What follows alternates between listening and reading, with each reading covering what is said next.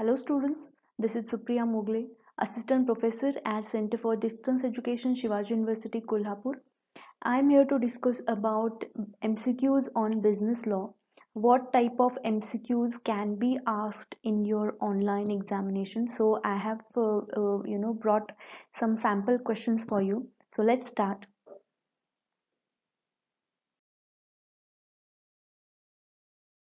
So the first question is business law relates to dash transactions. Okay, so there are some types of laws. First one is civil law. So what is civil law? Civil law relates to some property, money or housings, divorce or custody of a child in case of divorce. So that type of cases comes under civil laws. Then what is criminal? So criminal, as you know, it relates to crimes, various types of crimes, maybe murder or theft or cyber crimes etc comes under criminal laws. And commercial law relates to businesses, trade, sales, commerce etc. So ultimately commercial laws are included in the business law. So business law relates to commercial transactions. Next question is section 2G of the Indian Contract Act 1872, an agreement not enforceable by law is said to be.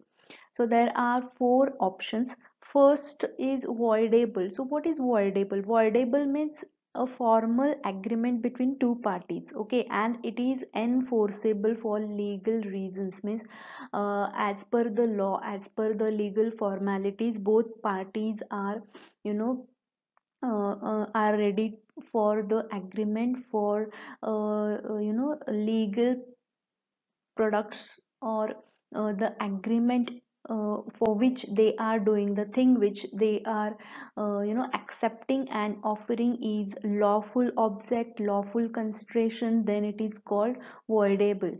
And voidable agreements are called valid, okay, and legal. So the option is void. Now, what is void? Void agreement means agreement with no legal value, okay. Maybe these agreements are used for some gambling or unlawful objects, like if someone wants to buy a gun, you know or drugs, so it is unlawful object. So these type of agreements are called void because it is not enforceable by law. So the correct answer will be void agreement. So remember that not enforceable means there is no any legal value in the agreement, so that's why it is called void agreement. The next question is a contract may be discharged in the which of the following ways. So discharge of contract means what? Termination of contract. When two parties fail to perform their duties as per the agreement, or they have performed their duties, the agreement is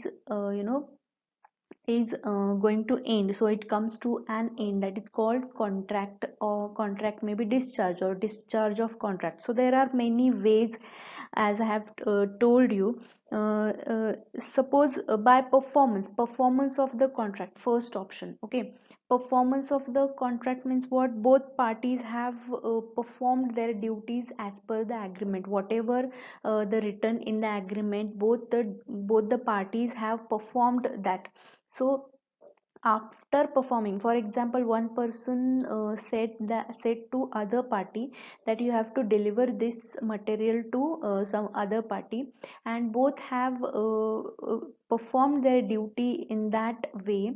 So that means there is discharge of contract. Then breach of contract means, suppose both party have done one agreement and one party is not performing as per the promises, as per the agreement, then it is called breach of contract. Then impossibility of contract. Impossibility means the performance is impossible. Means, for example, a person has to deliver some material to other, and in between when he was going to deliver, his material is stole by someone, or for example, the person who is going to deliver that material, he is dead now. So this, there is not possibility of a contract, so that's why the agreement is going to end, or the contract will be discharged. And the last is by agreement and novation. By agreement and novation means what? New agreement replaces existing agreement. If you know both of the party have a mutual understanding, they want to, some they want to replace some new agreement with existing agreement, they want to add something new in that agreement, then it is called by agreement and novation. So when they add something in the existing, or they replaces new agreement with the existing, then the previous agreement will be discharged. So there is also discharge of contract. So the four ways are, all the four ways are included in the discharge of contract. So the right answer will be all of the above. A, B, C, D. Four ways are there. Four ways are correct for discharge of contract. Then next, agreement becomes a contract when? So all the agreements are not called a contract. Okay, when agreement is enforceable by law, means suppose two parties have agreed upon one thing, both parties have agreed on the same thing for performing, and if there is addition of legal formalities, then it becomes a contract. अगर आप किसी agreement को legally present करते हो, आप उसे stamp से या फिर बॉन्ड पर लिख कर अगर वो आप एग्रीमेंट करते हो, देन उसको कॉन्ट्रैक्ट कहते हैं. So agreement becomes a contract when the first is what, there is some consideration for it. Means consideration means the offerer who is offering something, or the acceptor, they should have the consideration.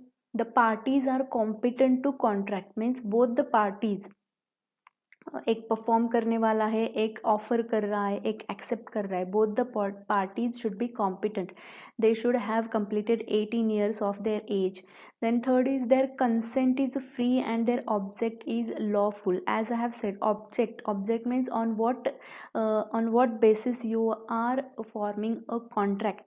मतलब आपको अगर किसी के पास delivery लेनी है, आपको घर खरीदना है, और उसके लिए आप एक एग्रीमेंट और एक कॉन्ट्रैक्ट बना रहे हैं, सो इट इज़ लॉफुल. अगर आपको ड्रग्स परचेस करने हैं, या फिर आपको किसी का खून करना है, इसलिए आप एक एग्रीमेंट और कॉन्ट्रैक्ट बना रहे हैं, तो that is unlawful. So in the contract, object should be lawful and there should free consent. Free consent means you cannot force somebody to include in the contract. आप किसी के ऊपर फोर्स नहीं कर सकते कि आपको ये कॉन्ट्रैक्ट करना ही पड़ेगा. सो द एक्सेप्टर और the other party should convince for this contract. So the three of the options are correct. When all these options are included in the agreement, then it becomes an contract.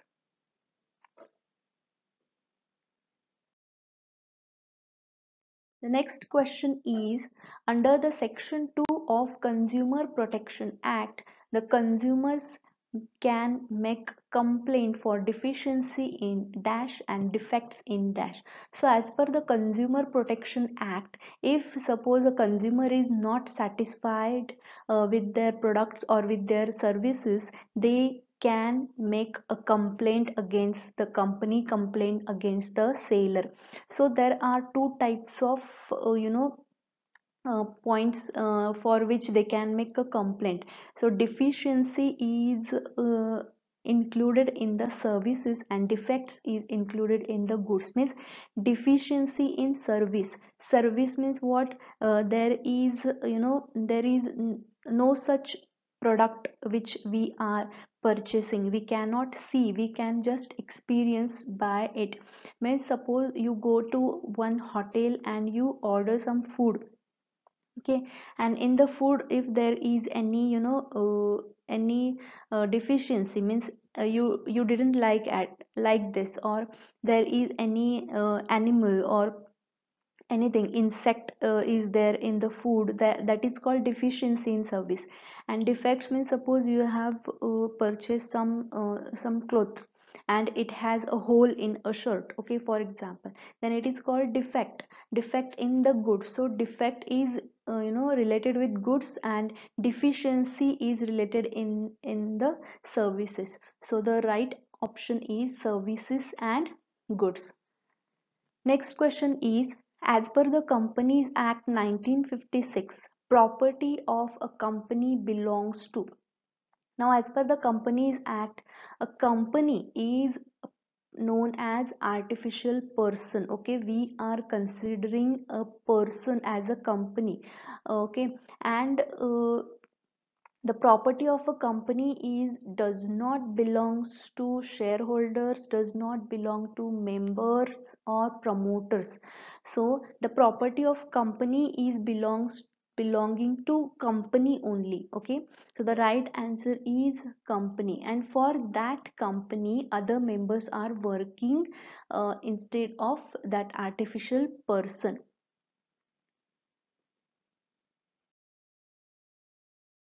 Next question is, as per the Companies Act 1956, age limit of directors in case of public company. So you have to remember that 65 is the age limit for directors in the case of company. As per the company law, the board of directors shall hold its meeting at least once in a. Okay, so in the previous video we have seen the meetings and types of meetings, board of directors, etc. And in the board of directors they have to have some meetings, maybe for having some policies or taking decisions. So board of directors shall hold the meeting every 3 months. Okay, that means uh, four times uh, 4 times in a year. That means every 3 months they have to hold the meetings.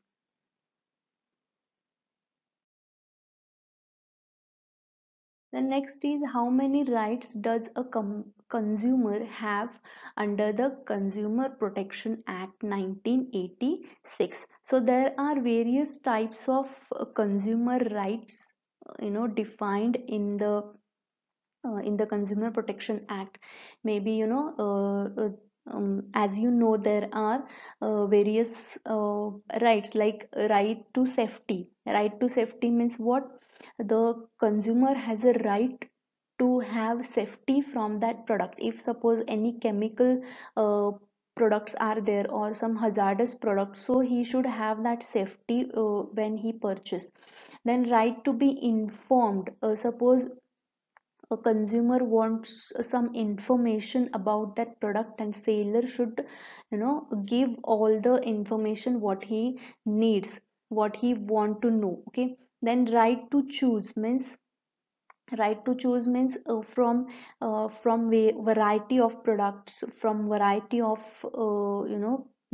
anything, goods. He has a right to choice between them. You cannot say that only you have to select from these two or three types. You have to show all the varieties to them. He has a right to select from all the variety.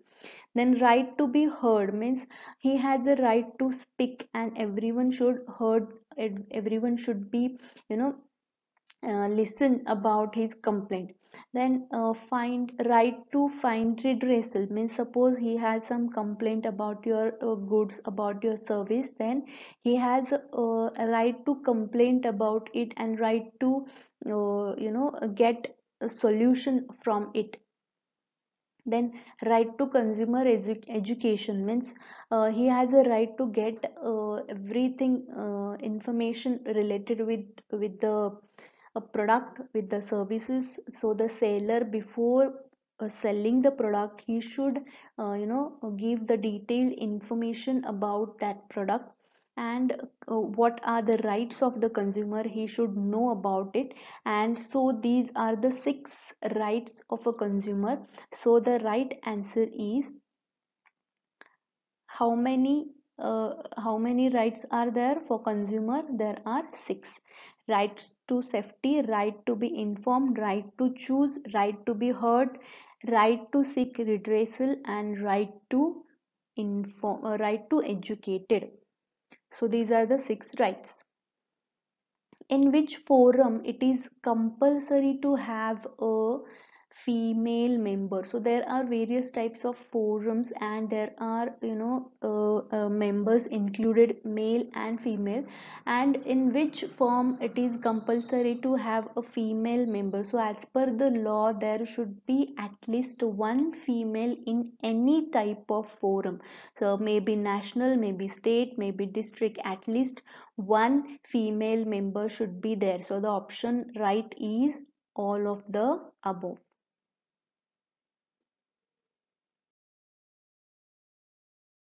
Next is, as per the Industrial Dispute Act 1947, FIFO or LIFO is the principle of. So first you should know what is LIFO and what is FIFO, and you should know the meaning of all these. Okay, what is retrenchment? Retrenchment means when a person or when a company wants to reduce the size of the workers, because of anything, because the company is in loss, or there is excess manpower in the industry, so that's why he wants to reduce the size of the workers. Then dismissal means what? Organization or employer wants to dismiss a person, wants to remove a person, wants to remove an employee from the organization for maybe misbehave, maybe wrong behavior in the organ or anything. Layoff means a temporary removal of the workman. Temporary removal means what? The employer has you know he does not have work to give him. He maybe he does not have a raw material, or there is a breakdown of machinery, or there is a lack of power, electricity, etc., and employees are not having that work. That's why employer is not giving the work, so he will be laid off. Then closure means the termination of organization, closing of organization. So these are the four meaning of these terms. So LIFO and FIFO, where it is used. LIFO and FIFO, the long form is FIFO, first in first out, and LIFO means last in first out. So FIFO, first in first out means what? The first who is employed in the organization, he has to go out first.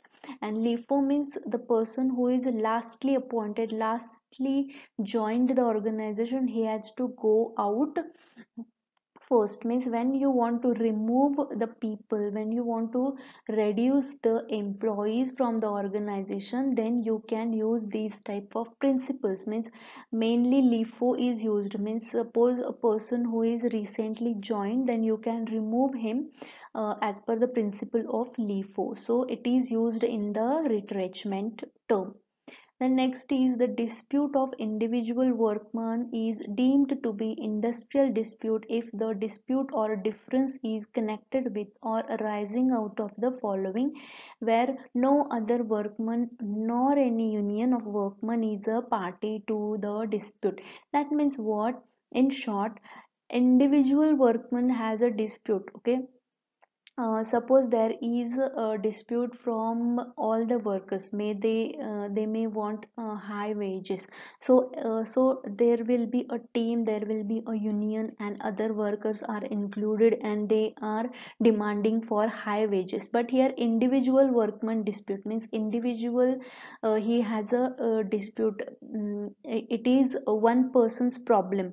So there is no other workman or any union will be included in the dispute. So what type of disputes are there, or what reasons for dispute of individual workmen? So the last option is correct. It is included all of the reasons, like, you know, discharge means discharging his employment, dismissal, removing, retrenchment may be removed because of excess workmen in the, or otherwise termination of service for individual, termination anything reason, ill health, or you know, misbehave, or anything, you are closing the organization, that's why termination of services. So these all are reasons for dispute of individual workmen.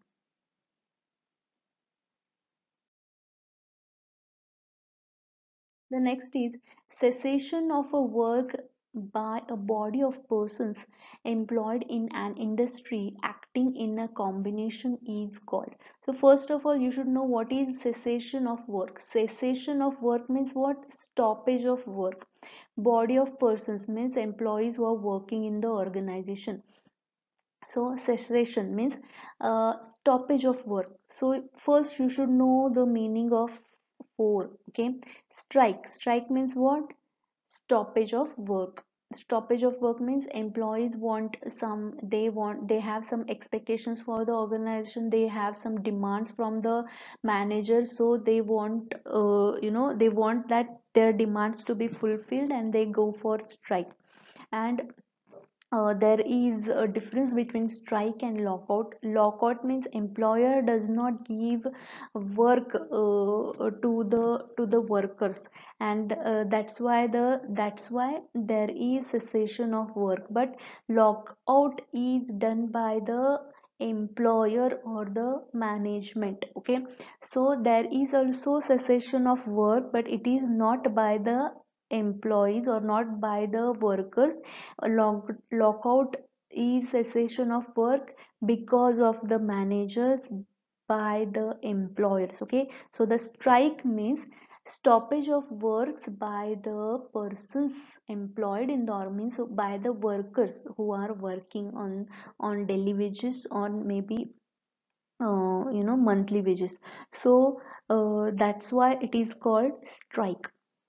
Then a work next is workman who is employed in an industrial establishment if the place of another workman whose name is borne on the muster rolls of the establishment is.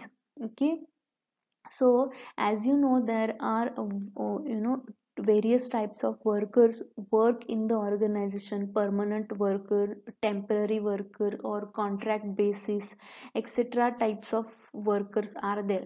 And what it has said, the workman who is employed in the industrial establishment in the place of another workman means, suppose for few days one workman or one a permanent workman is not coming in the organization. That's why if he is not coming, then some other should do that work. It should not be, you know, stop that work. That's why the other workman comes to his place and work. And it is not a temporary workman, it is not permanent, it is called a badli worker, replacement of another workman, that is called badli workman.